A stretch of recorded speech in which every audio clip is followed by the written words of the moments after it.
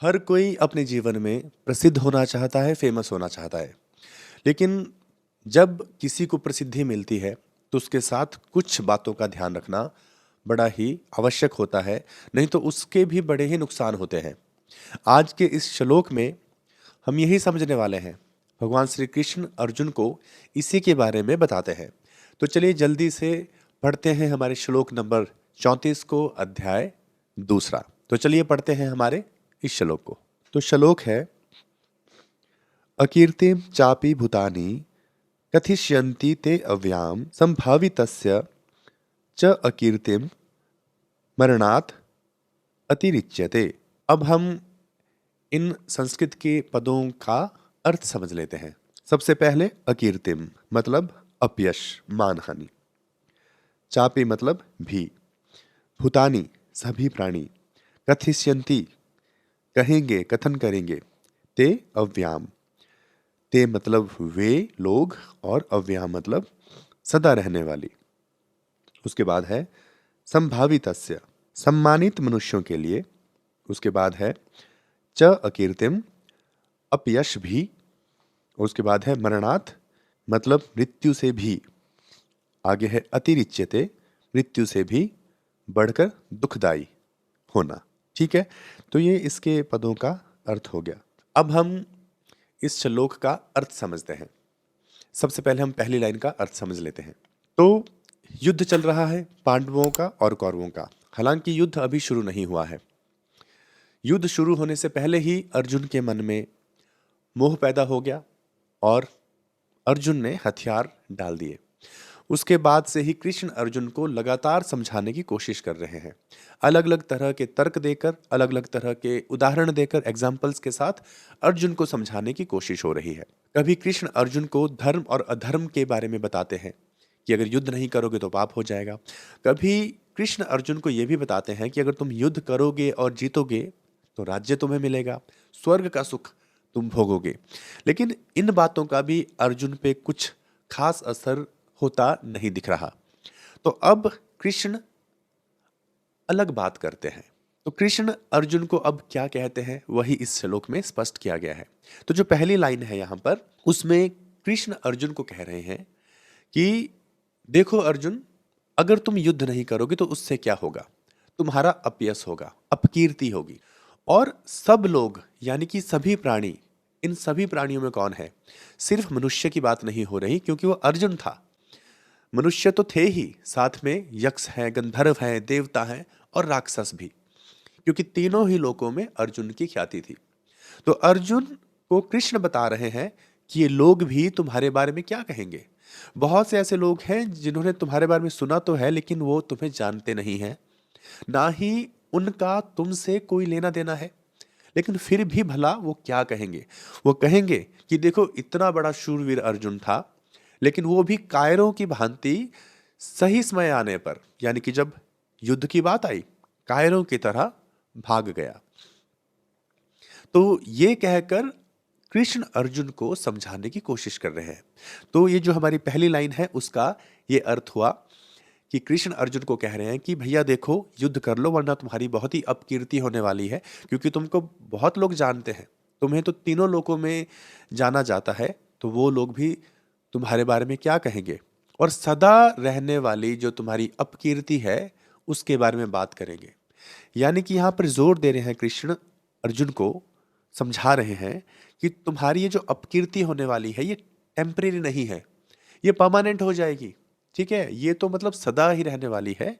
ठीक है, और वो सदा सदा के लिए इतिहास बन जाएगा। और ये सभी लोग, ठीक है, यहाँ पर ते पद आया है, ये सभी लोग तुम्हारी उस अपकीर्ति का कथन करते रहेंगे, उसके बारे में हमेशा ही बातें होती रहेंगी। अब हम अपनी अगली लाइन का अर्थ समझते हैं, जो संभावित तस्य पद से शुरू होती है। तो अब इस जो लाइन है इसमें कृष्ण क्या कह रहे हैं कि देखो अर्जुन, जो सम्मानित व्यक्ति होते हैं उनके लिए जो अपयश होता है ना, वो मृत्यु से भी ज्यादा दुखदाई होता है। यानी कि मृत्यु तो आती है, मनुष्य खत्म हो जाता है, बात खत्म हो जाती है। लेकिन अपयश जो है वो समाप्त नहीं होता, वो इतिहास बन जाता है। और जब तक ये धरती रहती है या सृष्टि रहती है, वो अपकीर्ति भी रहती ही है। तो यहाँ पर कृष्ण क्या कर रहे हैं, चार लोगों का डर दिखा रहे हैं अर्जुन को, क्योंकि हर व्यक्ति को हर चीज नहीं चाहिए। जैसे अर्जुन को कृष्ण ने कहा कि तुम्हें धन भी मिलेगा, राज्य भी मिलेगा अगर तुम युद्ध करोगे। तो अर्जुन ने कहा कि नहीं, मुझे तो कुछ चाहिए ही नहीं, ना राज्य चाहिए ना धन चाहिए। तो यहां भी मामला खत्म हो गया। तो अब कृष्ण दूसरा तरीका इस्तेमाल करने की कोशिश कर रहे हैं, क्योंकि अर्जुन एक योद्धा है, ठीक है, और लोग उसको वीरों के नाम से जानते हैं, और अर्जुन भी खुद को एक वीर ही मानता है। इसलिए जब अर्जुन को लोग कायर कहेंगे तो ये बात अर्जुन के लिए बहुत ही डराने वाली हो सकती थी। इसीलिए कृष्ण अब ये भी करने की कोशिश यहां पर कर रहे हैं, अर्जुन को समझा रहे हैं कि तुम्हारी ये जो कीर्ति है ये भी खतरनाक है तुम्हारे लिए, क्योंकि तुम्हें तीनों लोकों में जाना जाता है। आम मनुष्य की बात नहीं है, तीनों लोकों में तुम्हें जानते हैं। कई बार तुम युद्ध लड़ चुके हो राक्षसों के साथ, और वो भी देवता लोगों ने तुमसे हेल्प मांगी थी, ठीक है, और तुमने राक्षसों को हराया भी है, देवों को जीतने में तुमने सहायता की है। अब ऐसा अर्जुन युद्ध से कायरों की तरह भाग जाएगा तो ऐसी अपकीर्ति होगी, ऐसा अपयश होगा, तुम मर जाओगे, लेकिन वो अपकीर्ति अमर हो जाएगी, सदा सदा के लिए रहेगी।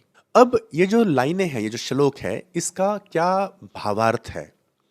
भावार्थ ये है, कृष्ण अर्जुन को समझाने की कोशिश कर रहे हैं, और ये हमारे जीवन में भी बड़ा ही महत्वपूर्ण है कि जो व्यक्ति प्रसिद्ध होता है, जो फेमस है, ठीक है, बहुत लोग फेमस होना चाहते हैं, प्रसिद्धि पाना चाहते हैं, तो जो प्रसिद्ध है उसके कुछ कर्तव्य भी होते हैं समाज के लिए।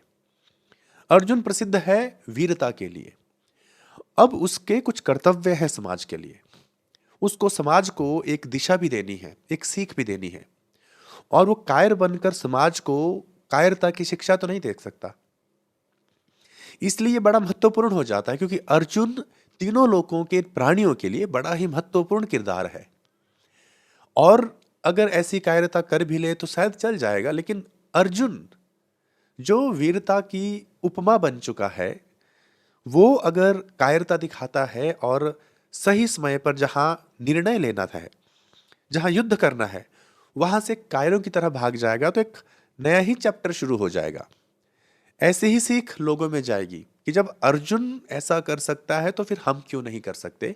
तो जो लोग प्रसिद्ध हैं उनका समाज में बड़ा ही महत्वपूर्ण योगदान भी है और कर्तव्य भी है। इसलिए जब हम लोग भी प्रसिद्धि पाना चाहते हैं तो हमें भी ध्यान रखना चाहिए कि प्रसिद्धि तो मिल भी जाती है, लेकिन सवाल है कि क्या आप उस प्रसिद्धि के लिए तैयार हैं? क्योंकि आम व्यक्ति को जब भी रातों रात प्रसिद्धि मिली है, हमने देखा है, इतिहास भी गवाह है कि हम जैसे आम लोग उसको संभाल नहीं पाते हैं। अहंकार बुद्धि को हर लेता है और हम बड़े ही अजीब तरह से रिएक्ट करने लगते हैं, बुद्धि भ्रष्ट हो जाती है, और ये बड़ा ही सामान्य है। अगर मैं आम लोगों की बात कहूं या किसी की भी बात, जिसको अचानक से प्रसिद्धि मिल जाए और वो उसके लिए तैयार ना हो, या उसने उतना संघर्ष नहीं किया उस प्रसिद्धि को पाने के लिए, तो वो प्रसिद्धि उसको ले डूबती है। तो यहाँ कृष्ण ये इशारा कर रहे हैं कि तुम बहुत ही प्रसिद्ध हो, तो इसलिए अब तुम्हारा जो कर्तव्य है उसको पूरा करो, ठीक है, तुम कायर बनकर नहीं भाग सकते, अब तुम वीरों की भांति युद्ध करो। तो ये था इस श्लोक का अर्थ और भावार्थ। उम्मीद करता हूं आपको ये श्लोक समझ आ गया होगा। अब हम मिलेंगे हमारे अगले वीडियो में अगले श्लोक के साथ। तब तक के लिए आप अपना ख्याल रखिए।